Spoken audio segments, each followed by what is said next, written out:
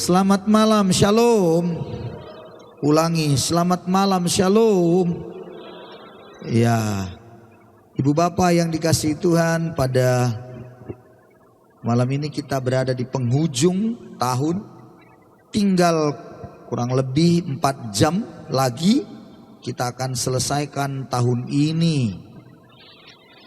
Saya mengajak kita untuk melihat kebenaran, untuk kita renungkan sebagai kita umat Tuhan untuk bisa mengingat satu tahun ini ya. Mazmur 103, mari kita lihat. Mazmur 103 ayat yang pertama sampai ayat yang kelima saja. Mazmur pasal 103 ayat yang pertama sampai yang kelima.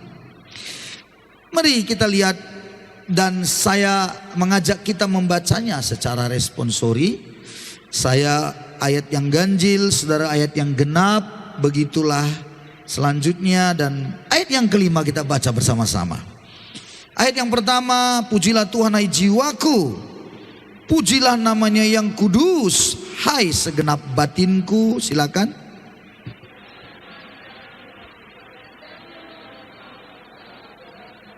Dialah yang mengampuni segala kesalahanmu, yang menyembuhkan segala penyakitmu. 4. Sama-sama.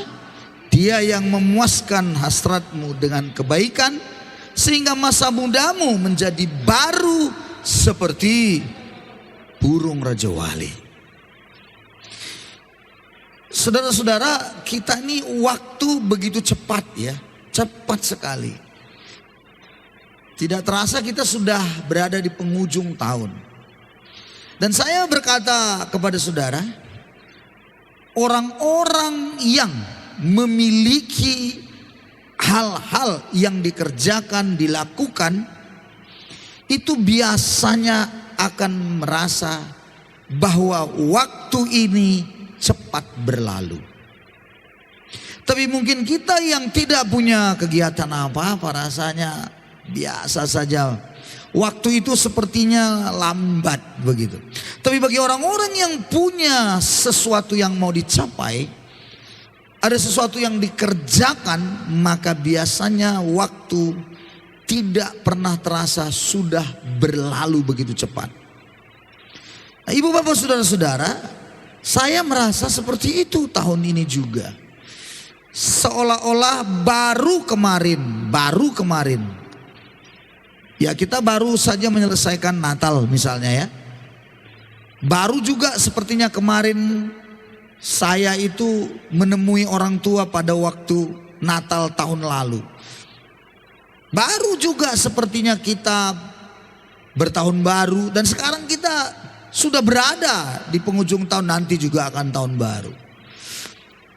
Dan Daud di dalam ayat ini, saudara-saudara harus lihat bahwa di dalam kehidupannya dia menyatakan ayat ini bukan kepada orang lain. Ingat baik-baik kebenaran ini.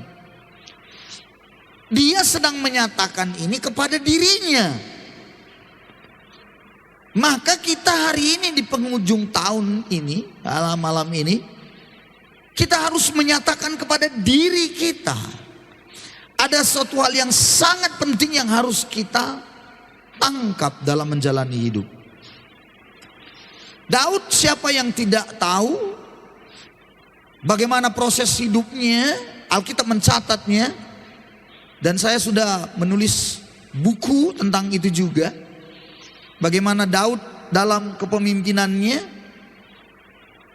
Dan saudara-saudara akan bisa melihat dan mengerti bahwa proses hidupnya sangatlah sukar. Daud menghadapi banyak pergumulan hidup, dikecewakan di tengah keluarga, dikecewakan oleh pemimpinnya, malah sampai mau dibunuh oleh pemimpinnya, lalu dikejar-kejar, dan kemudian harus berada di tanah musuhnya Filistin, dan harus berada pada posisi seperti orang gila, supaya dia tidak dibunuh, ditangkap oleh musuhnya. Disalahkan oleh pengikutnya. Dan banyak hal yang terjadi. Dan saudara-saudara, dalam kehidupannya yang begitu serba banyak kesusahan itu, maka kita melihat ayat ini menarik bagi kita mencermatinya. Pujilah Tuhan, hai jiwaku. Jadi Daud sedang mengungkapkan kepada dirinya untuk dia memuji Tuhan. Jadi dia berkata, pujilah Tuhan hai jiwaku, segenap batinku pujilah dia. Satu yang harus Anda tahu, bahwa memasuki tahun depan pun Anda harus menyemangati hidup Anda sendiri untuk Anda berada pada posisi memuji Tuhan, apapun keadaannya.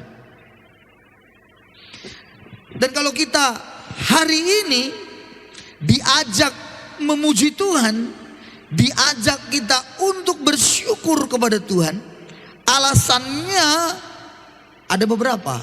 Kita lihat satu persatu. Alasan penting untuk kita memuji Tuhan, karena kita berada di penghujung tahun ini. Yang pertama, ayat 2 bilang, janganlah lupakan segala kebaikannya. Maka yang pertama, kalau Anda berkata hari ini kita mau bersyukur kepada Tuhan, mau mengatakan saya mau memuji Tuhan dalam hidup saya di tutup tahun ini, dan sudah seharusnya kita memang memuji Tuhan, bersyukur. Semuanya itu didasari satu hal penting, tidak melupakan kebaikan Tuhan.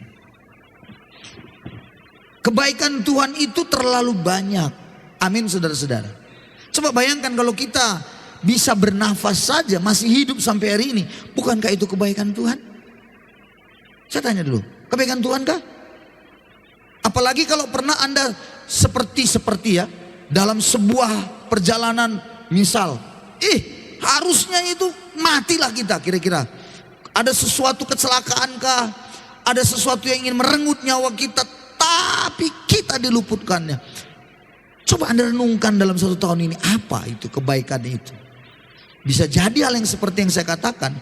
Dan kalau seperti yang saya katakan itu betul adanya, maka sudah seharusnya Anda tutup tahun ini dengan berkata,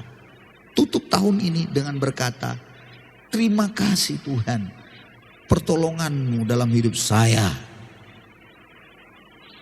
Bukankah itu kebaikan Tuhan? Amin saudara-saudaraku. Pada waktu mungkin di masa satu tahun ini, engkau membutuhkan dana, engkau membutuhkan uang, dan kau tidak punya lagi bagaimana, tetapi saat itu ada pertolongan Tuhan. Dan dia memberikan kepada kita apa yang kita butuhkan. Apakah melalui orang lain kah? Atau sesuatu pekerjaan yang kita kerjakan kah? Bukankah itu kebaikan Tuhan? Kalau ada yang seperti itu yang kau alami dalam satu tahun ini, wajar dan pantaslah kita berkata, terima kasih Tuhan. Bersyukur kita untuk satu tahun ini. Itu kebaikan Tuhan terlalu banyak. Sekali lagi, Anda masih bisa berada di penghujung tahun ini saja, itu kebaikan Tuhan. Banyak orang tidak bisa lewat di penghujung tahun ini. Benar apa tidak? Ya. Ada orang sehat, kita bilang dipanggil Tuhan duluan. Ada orang yang sakit-sakitan, kita bilang inilah duluan yang mati. Nggak mati-mati. Bagi yang hidup sampai hari ini dalam posisi dia masih sakit, tapi Tuhan masih memberi hidup, sudah seharusnya, sekali lagi, sudah seharusnya dia berkata, terima kasih Tuhan, aku masih kau beri hidup.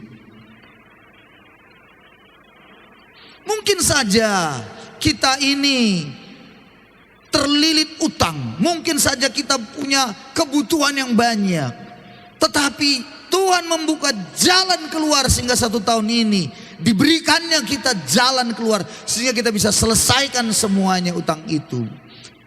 Anda yang hari ini ada di sini seperti itu, pantas dan harus berkata, terima kasih Tuhan buat pertolonganmu 1 tahun ini. Anak-anak kita sehat.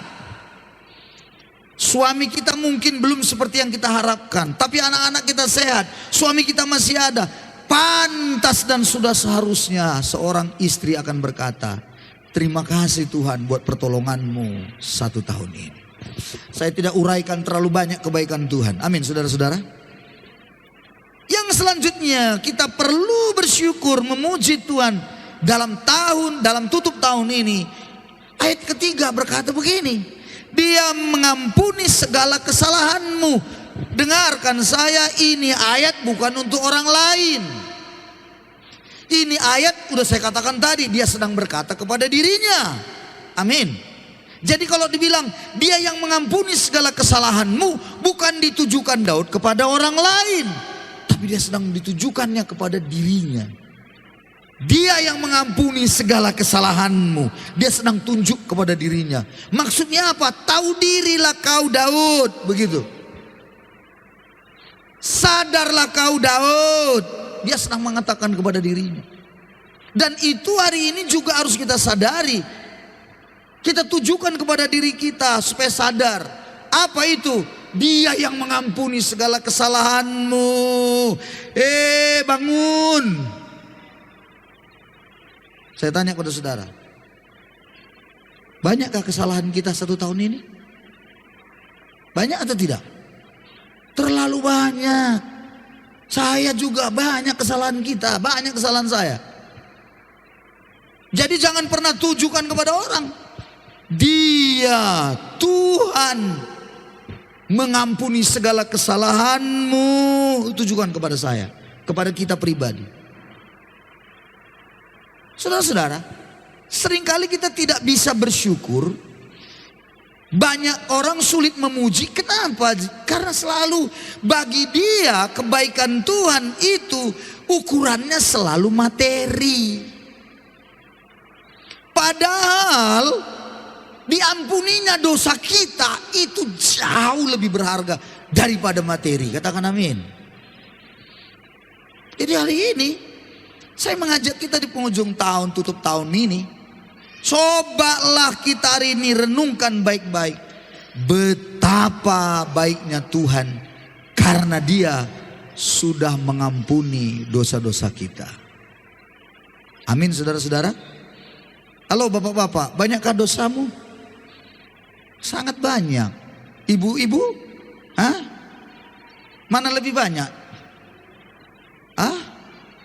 Ada yang jawab bapak-bapak katanya. Benarkah itu?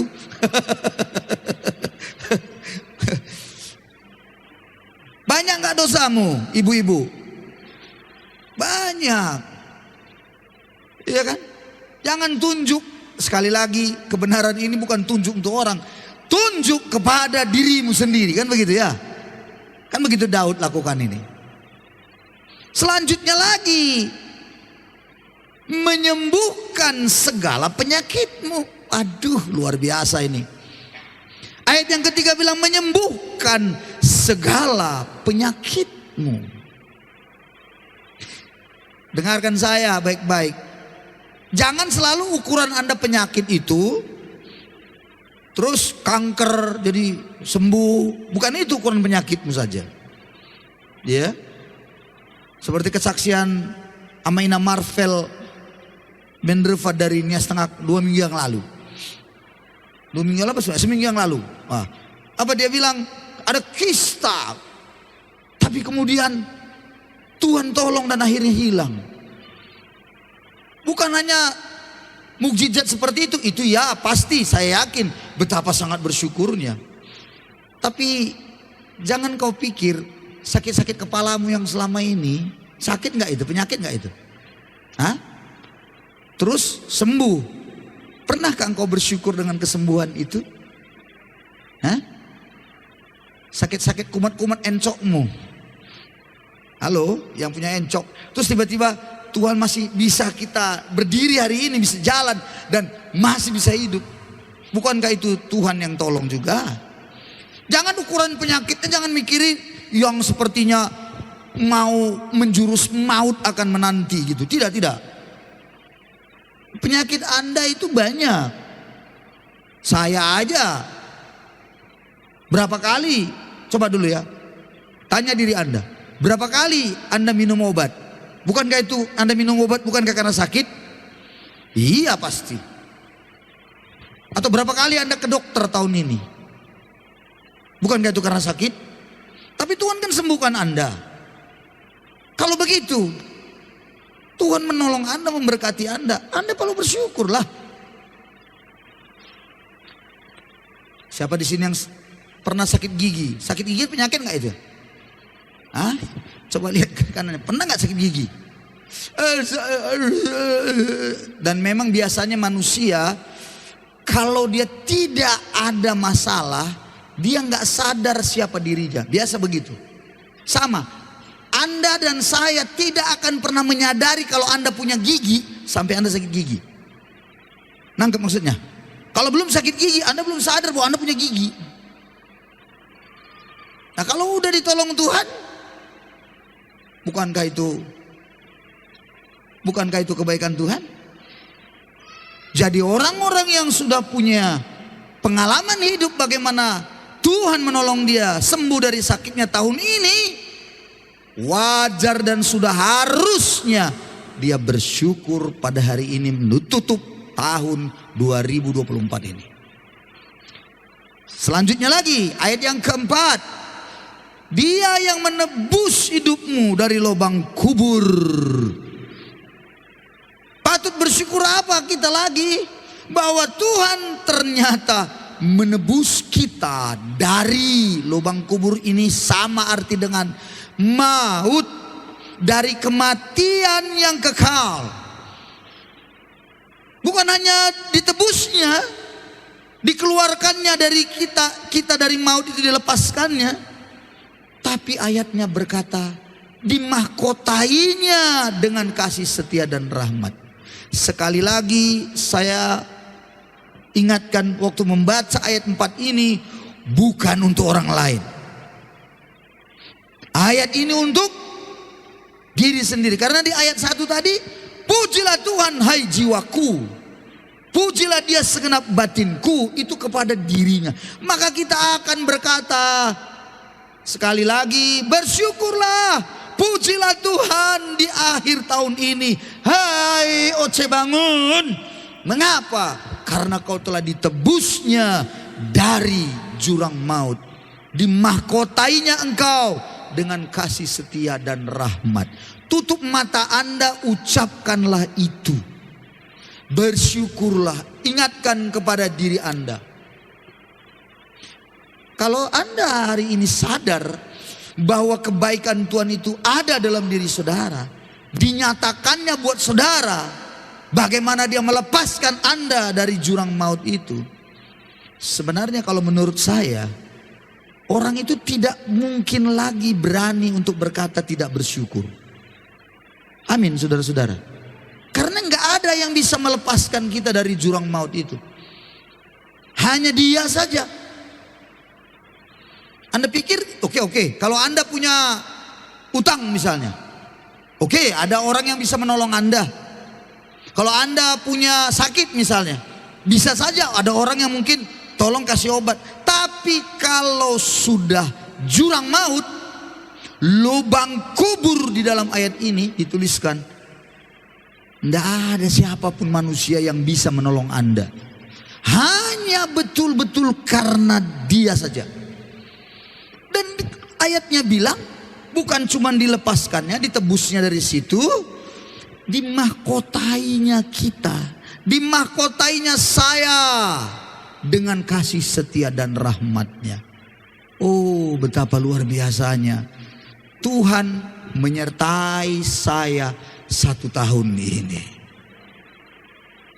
Coba renungkan baik-baik, coba renungkan. Dan yang terakhir, ayat yang kelima, Dia yang memuaskan hasratmu dengan kebaikan. Hasratmu, kerinduanmu. Dengarkan saya. kita ini banyak hasrat, banyak kerinduan.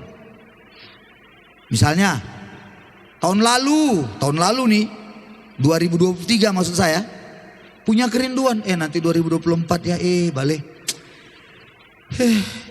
Karena aku bikin kue maunya adalah open baruku. Kira-kira hasrat nggak itu? Ibu-ibu, hasrat nggak itu? Balik, maunya adalah oven baruku leh. Bulan 5 dia bisa beli oven barunya. Bukankah itu kebaikan Tuhan? Iya.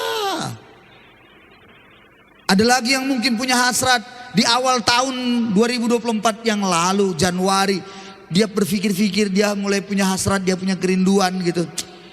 Balik, kalau adalah ya pekerjaan tetapku ya, Tuhan, luar biasa pasti gini. Menang P3K, pertolongan pertama pada kecelakaan, menang. Saya tanya saudara, bukankah itu kebaikan, hasrat kebaikan Tuhan? Orang-orang yang begitu itu keterlaluan. Kalau nggak bersyukur malam ini, keterlaluan. Disalibkan saja lah orang itu, gak ada gunanya katanya. Ditolong Tuhan begitu rupa, hasratnya itu ya ampun, luar biasa Tuhan menolong. Tahun 2023 dia punya kerinduan, kalau boleh ya, kena hujan kami terus menerus. Hari Minggu kalau ke gereja, maksim pun susahnya. Mungkin contohnya gitu. Kalau bisa lah ya, dikasih Tuhan berkat, bisa lah beli mobil walaupun second. Bulan Juni sudah dia mampu beli.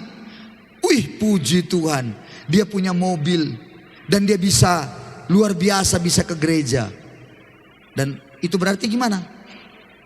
Kebaikan Tuhan, bukan? Iya. Tapi saya harus ingatkan, untuk orang yang sudah dipuaskan Tuhan hasratnya dengan kebaikan, apa itu? Saya minta Anda tidak lupa bahwa Anda harus tetap setia, malah harus lebih setia pada Tuhan. Amin. Amin. Kan udah pernah saya kasih contoh. Orang waktu dia tidak punya apa-apa, dia rajin kali ibadah. Setelah dia dapat banyak berkat, barang-barang dari seberang, karena dia pedagang, makin banyak dagangannya.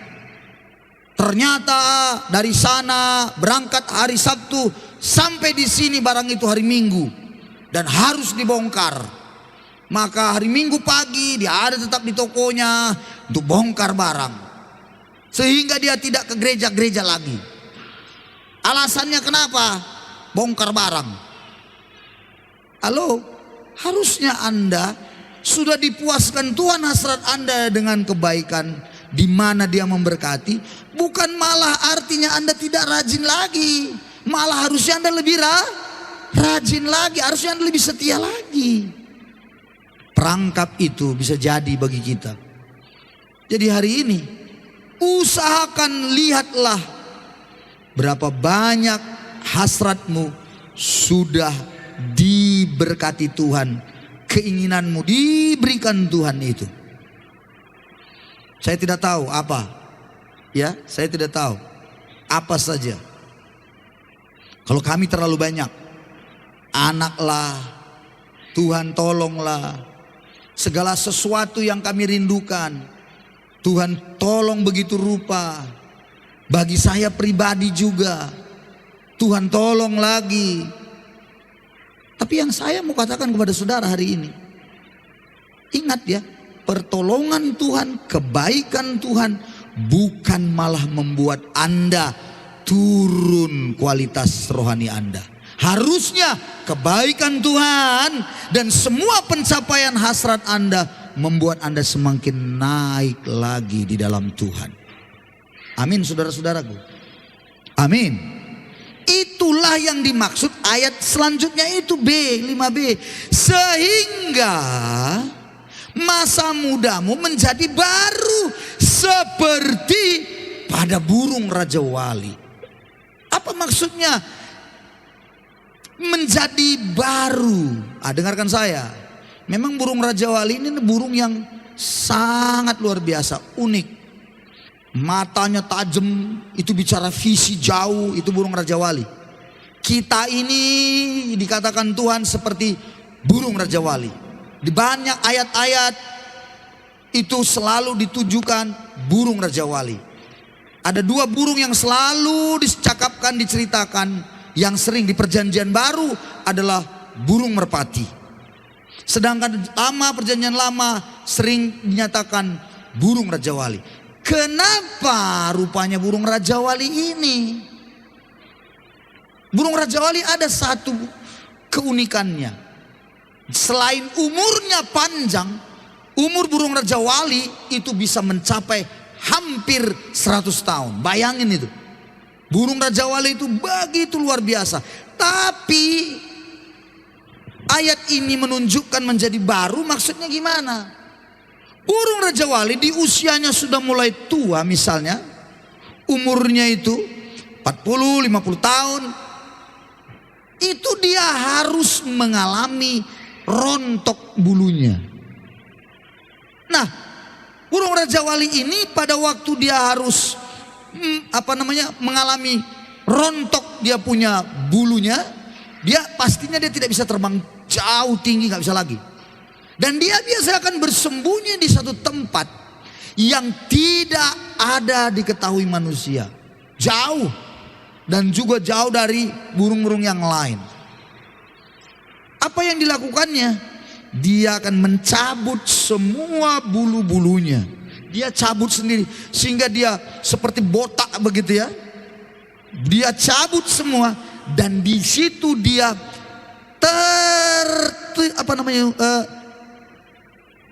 kalau dibilang bersembunyi ya, tapi dia memang sengaja diam berhari-hari.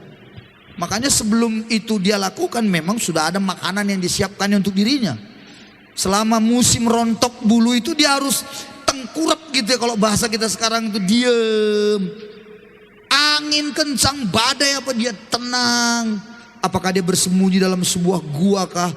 Di atas bukit kah? Atau apa? Pokoknya yang sulit ditemukan manusia. Lama. Dan sampai satu hari bulu itu akan muncul pelan-pelan. Dan saudara-saudara, waktu muncul itu pelan-pelan dan akhirnya dia bisa terbang malah jauh lebih tinggi lagi, lebih jauh lagi dari sebelumnya. Itu yang dimaksud ayat ini, dia menjadi baru. Apa itu maksud di ayat ini? Sekali lagi, waktu Tuhan memuaskan hasrat saudara tahun ini, itu menunjukkan bagi Anda bukan mangkinnya Anda turun. Halo? Tapi itu artinya Anda sedang ganti bulu. Diam dengan semua, renungkan baik-baik kebaikan Tuhan tahun ini. Gunakanlah semuanya yang sudah kau terima dari Tuhan. Hasratmu yang begitu luar biasa, kebaikan Tuhan sudah diberikannya pada dirimu. Harusnya itu membuat engkau semakin baru.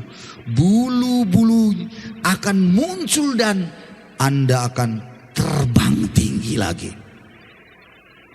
Jadi tahun depan harusnya Anda lebih rohani lagi dari tahun ini. Amin saudara-saudara. Mengapa? Karena Anda sudah melihat kebaikan Tuhan. Karena apa? Hasratmu sudah dipuaskannya di tahun 2024 ini. Dulu engkau mungkin mobilmu tidak ada jadi ada. Dulu hanya satu jadi dua. Dulu rumahmu satu jadi dua. Itu hasrat-hasrat seperti itu salahkah? Enggak. Baik itu. Beli tanah. Ada yang memberitahu saya, Pak, doakan Pak kalau bisa saya punya tanah tahun ini. Oh, puji Tuhan. Tanah apa itu? Ya kalau bisa Pak kami bisa beli tanah kuburan. Aduh cepat kali mau mati dia rupanya. Bodoh-bodoh yang begitu. Kupikir tadi tanah untuk buat apa? Tanah kuburan. Saya geleng-geleng kepala. Cuman jawabannya apa? Ya berdoalah ya, berdoa. Nggak berani mendoakan tanah kuburan. Ya udah meminta, pasti mati. Jadi maksudnya tahun 2025 mati aku. Hai, yang begitu-begitu nggak usah didoain tuh. Tanah untuk apa? Oh ini Pak ada usaha supaya bisa begini-begini. Ah itu keren. Itu hasrat. Memangnya kalau Anda minta tanah kuburan berarti hasratmu mau mati. Aduh, tak perlu didoain. Memang kadang-kadang kalau udah susah kali, doa kita pun jadi lari, betul ya?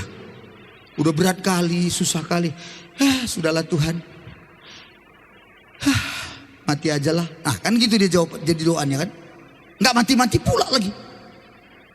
Ini orang-orang tua kan suka banyak gitu. Udah capek kali. Mama saya di sana juga kadang-kadang gitu tuh mau ngomong. Apa yang mau didoakan mak? Taulah aku nakku katanya. Apa mak doa? Lama kali pun dijemput Tuhan. Katanya lagi. Apakah saya doakan gitu? Enggak. Aku berdoa Tuhan sehat-sehat Tuhan, kuat. Makin dia kuat makin ditanamnya cabai itu. Saudara-saudara, selama Tuhan beri kita waktu, kesempatan, itu artinya kita masih berguna untuk melakukan sesuatu dalam dunia ini. Amin saudara-saudaraku. Jangan lihat keadaanmu, jangan lihat susahmu, sakitmu, apapun dalam dirimu. Biarlah engkau seperti Raja Wali.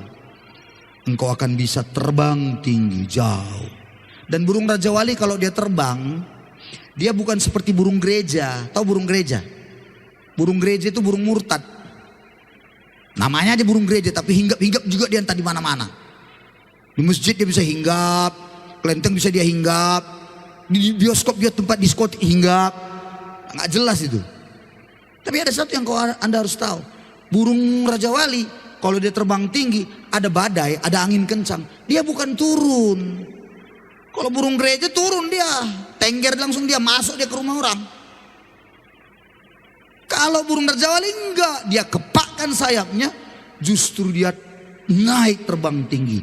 Dengan angin yang begitu kencang mendorong dia, bukan turun dia, nggak mau dia tambah naik, dikepakkannya saya naik dia tinggi.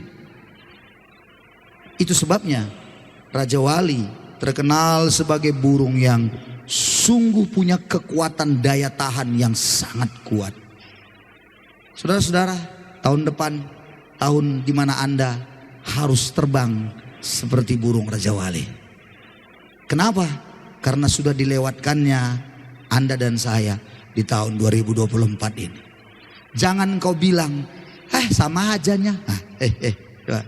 Siapa di sini yang suka bilang, bagaimana tahun ini? Fagele. Apaan yang ku fagele? Bagaimana tahun ini? Sama ajanya, malah lebih susah pun kurasa. Nah, tuh, ada banyak gak orang ngomong gitu? Lalu, bagaimana rencana tahun depan?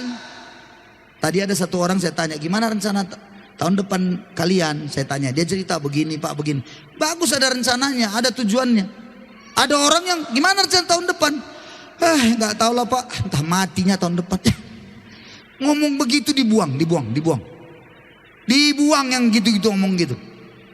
Harusnya tahun depan kau bilang, tahun depan ada hasrat yang harus kucapai, bersama Tuhan pasti aku bisa. Keren. Amin saudara-saudaraku. Haleluya. Di Nias ini tidak ada memang burung Raja Wali. Sudah saya cek. Tidak ada dari. Makanya Alkitab bahasa Nias ya. Bahasa Indonesianya diterjemahkannya itu salah. Karena apa? Karena memang tidak ada burung Raja Wali itu di dalam konteks bahasa Indonesia. Tapi masuk di teksnya bahasa Nias, dia disamakan dengan hanya burung elang. Kurang lebih sama. Tapi burung Raja Wali dalam konteksnya Alkitab yang sesungguhnya itu jauh dari burung elang, melebihi jauh. Jadi kita perlu terbang tahun depan. Sing-singkan lengan baju Anda, persiapkan diri memasuki tahun depan. Besok kita ibadah jam 10.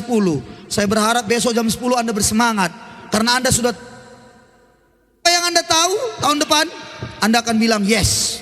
Anda ibadah besok pagi dengan nyanyi dan berkata, haleluya Tuhan, aku punya begini, kerinduanku begini Tuhan. Tahun depan aku akan begini, tahun ini aku akan begini, dan Kau akan membawa aku terbang tinggi. Tuhan memberkati kita semuanya malam ini. Pulanglah Anda dengan sebuah semangat baru. Pulang Anda dengan hari ini kita bersyukur, sungguh-sungguh bersyukur, karena Tuhan sudah menolong kita, memberkati kita, kebaikannya luar biasa.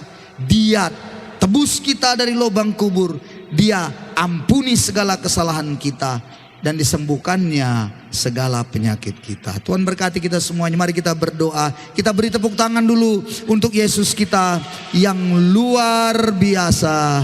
Haleluya.